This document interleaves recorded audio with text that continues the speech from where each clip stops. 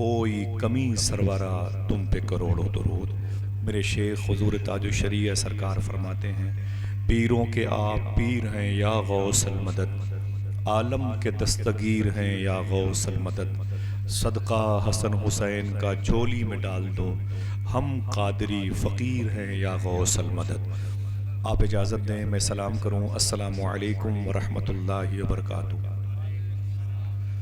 بڑے ادب اور احترام کے ساتھ حضور صلی اللہ علیہ وسلم کی بارگاہ میں ہم سب مل کے درود شریف پڑھیں گے، لیکن درود شریف کے حوالے سے میں جو بات بہت دنوں سے کہتا چلا آیا اسے سن لیں۔ پروفیسر واصف علی واصف سے پوچھا گیا کہ درود شریف پڑھنے کی شرط کیا ہے، درود شریف پڑھنے کی شرط کیا ہے؟ تو پروفیسر واصف علی واصف فرماتے ہیں درود پڑھنے کی ایک شرط ہے۔ پوچھا گیا وہ کیا؟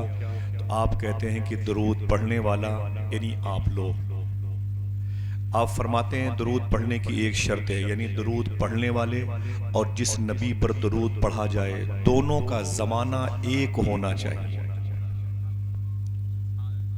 میں اسے پھر سے دہرا دوں، ریوائز کر دوں۔ آپ فرماتے ہیں کہ درود پڑھنے والا یعنی ہم اور آپ، اور جس پر پڑھیں مدینے والے آقا۔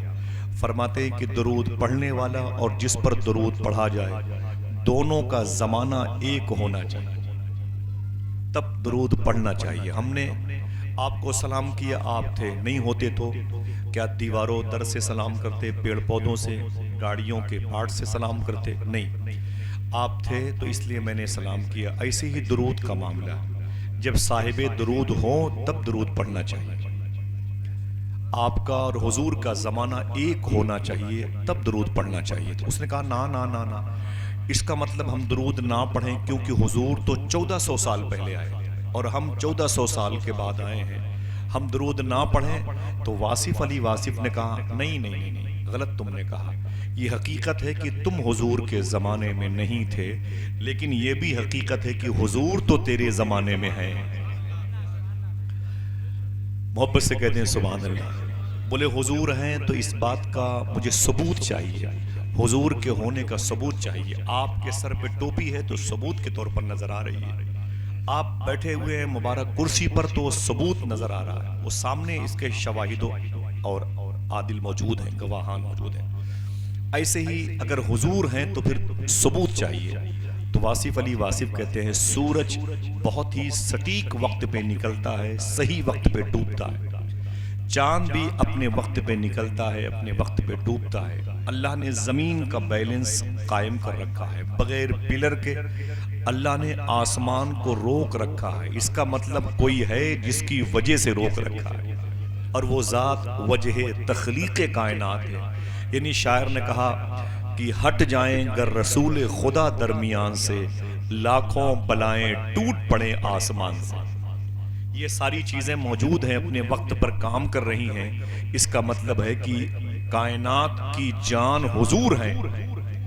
بقول فاضل بریلوی جان ہے تو جہان ہے۔ سبحان اللہ۔ حضور سیدی اشاع صوفی سلطان میاں سے پوچھا گیا درود پڑھنے کا طریقہ کیا ہے؟ سن لیں محبت سے، درود پڑھنے کا طریقہ کیا ہے؟ تو صوفی صاحب فرماتے ہیں کہ درود پڑھنے کا وہی طریقہ ہے جو نماز پڑھنے کا ہے۔ اونچی بولیں، کچھ کہنا نہیں، صرف سبحان اللہ کہنا ہے۔ میں سوال دہرا رہا ہوں، صوفی صاحب سے پوچھا گیا درود پڑھنے کا جو طریقہ ہے وہ کیا ہے؟ آپ فرماتے ہیں کہ وہی طریقہ ہے جو نماز پڑھنے کا ہے۔ تو پوچھا گیا کہ نماز پڑھنے کا طریقہ کیا ہے؟ تو صوفی صاحب کہتے ہیں کہ حضور نے ارشاد فرمایا ایسے نماز پڑھو یا تم خدا کو دیکھ رہے ہو یا خدا تمہیں دیکھ رہا ہے۔ فرماتے ہیں ایسے ہی درود پڑھنا چاہیے، یا تم نبی کو دیکھ رہے ہو یا نبی تمہیں دیکھ رہا ہے۔ سبحان اللہ، یہ عشق کی منزل ہے، یہ حضوری کا طریقہ ہے، یہ آپ کے حاضر باش ہونے کی نشانی ہے۔ آپ جب درود پڑھیں گے تو کوئی نہیں ہوگا، لیکن جس پر درود پڑھیں گے وہ ضرور ہوں گے۔ یہ صاحب دل کی سمجھ میں آنے والی، صاحب عشق اور صاحب ادب کی سمجھ میں آنے والی باتیں ہیں۔ اسی خاندان سے اللہ کا شکر ہے، آپ کا تعلق ہے، آپ کہہ سکتے ہیں اے اللہ تیرا شکر ہے۔ سمجھ رہے ہیں؟ مائک کی آواز بھائی بہت اچھی، اس کا ایکو بند کر دیں بھیا، تو ایکو اس کا بند کر دیں اور بہت ہی محبت کے ساتھ پڑھیں۔ مجھے بابا جی کو دیکھ کر کے بڑی خوشی ہوتی ہے. ممبئی شہر میں